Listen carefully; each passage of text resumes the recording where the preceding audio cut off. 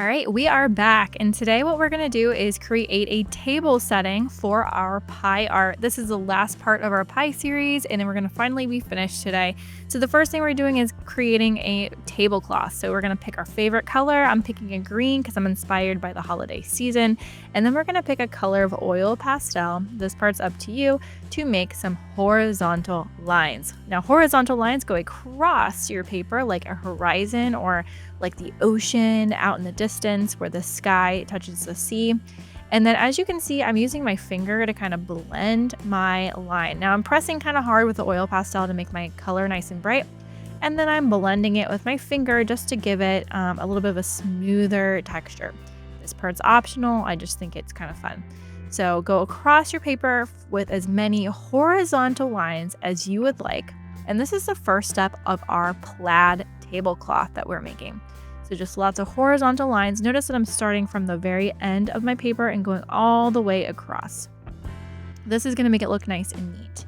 And I know we've missed Thanksgiving, so this is kind of like a holiday pie. So if you are really into Christmas, you could add lots of things at the end here, like some candy canes or maybe some holly. All that is up to you. Now, here's another option. You can also draw some horizontal lines that are close together or far away. So do you want them to be spaced out evenly, or do you want to have them kind of all over the place where some are close together and some are far apart? Now, as you can see, I am doing the same thing. So I'm making vertical lines, or I guess you could say I'm making more horizontal lines because I turned my paper, and I'm doing it again the other direction. So when I turn my paper back, these are going to be vertical lines, but right now I'm going across again. So I'm just making more horizontal lines, pressing down kind of hard to get that bright red color that I'm looking for. And then, like I said before, I am rubbing with my finger just to make it nice and smooth. I think this makes it look kind of cool. And then again, this is your artistic choice here. Are you going to have your lines all evenly spaced, more like a checkerboard kind of pattern, or are they going to be some of them close together, some of them far apart like mine? Okay, once you did your first color, we can go back and do it again with a second color to make even more of an interesting plaid pattern. So I'm going back in with a little bit of blue, but you could use black, you could use white. This is totally your call here, even yellow.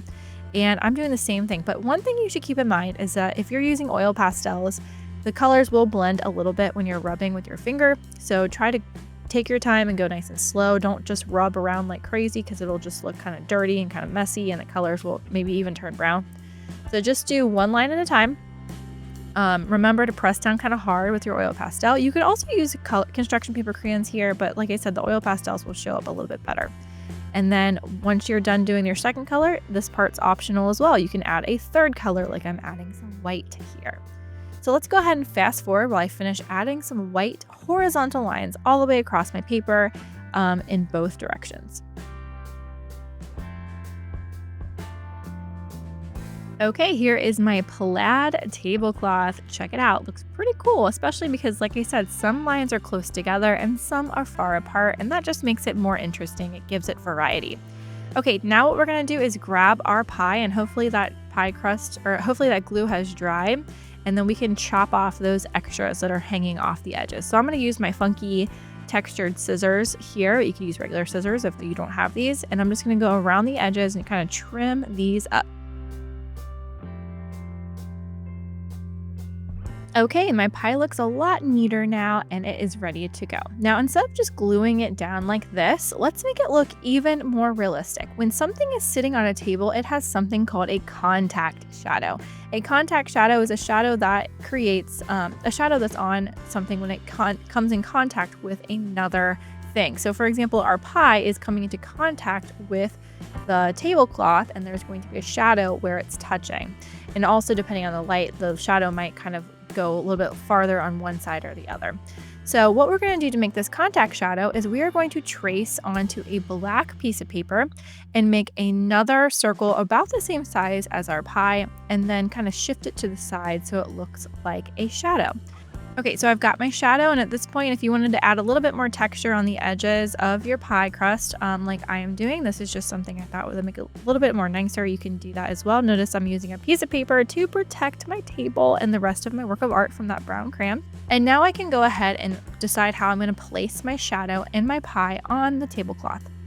Okay, so I'm gonna go ahead and put this black shadow down first. I'm gonna dot, not a lot, all the way around the edges and then place it down. And then when I put the pie crust, or when I put my pie on, I'm going to kind of shift it a little bit so that it looks like the shadow is kind of off to the side. Like I said, depending on what kind of lamp is above you or light is above you, you'll have a different kind of shadow. Press it down and let's flip it over to give it a massage so this thing does not move. Uh-oh, while you're back there, we forgot to put our name. And as you can see here, I'm adding a little bit of a highlight onto the top of my pie with a white oil pastel. Now this step really makes your pie stand out a little bit more from your tablecloth. So I just drew some lines that kind of go in the direction of my lattice crust. And now I'm gonna make I think I'm gonna make a little bit of a cherry to stick on top. Like I said, what else would you add here? Would you cut out a candy cane?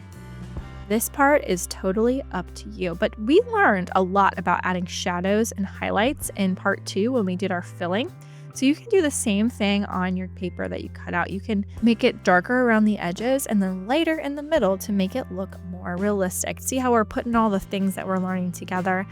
That's right. So use your own creative imagination to add your item. All right, here are my 2 cherries and my little leaves I added with them.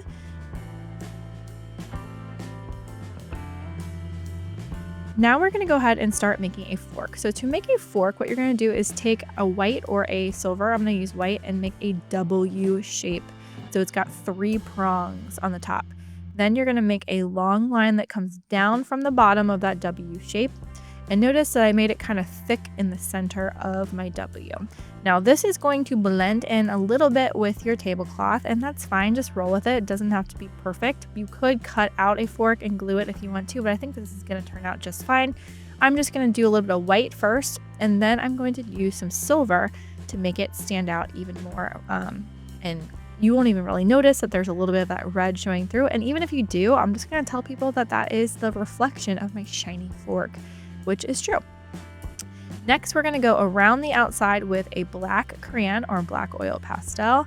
And just like the pie shadow on our tablecloth, this one also has a contact shadow. So you might want to make it a little bit thicker on one side, and that shows that it's sitting on the table, and it makes it look like, oh, you could actually grab that. It's an optical illusion.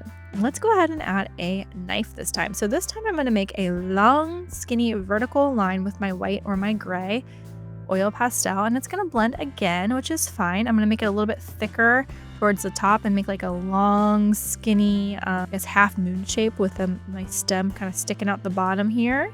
So there's my knife shape. And just like before, you can add another layer of gray to kind of make it stand out a little bit more. And then last but not least, grab that black crayon or that black oil pastel to outline it for the contact shadow. And just like I did before, I'm going to make that contact shadow a little bit darker or thicker on one side, just like my pie is thicker on the left side. And that's going to give it the illusion that it's sitting on the table, just like my fork. And then once you're happy with it, a good artist knows when to stop. You can add your artist signature to the bottom corner and then show this off proudly for the holiday season. I hope you had so much fun making your pie. This was a lot of work, but this really paid off. I hope you are so proud of yourself and your work. It does not ever need to be perfect because it's perfect just the way you are. And I will see you next time. Love, your cozy art teacher.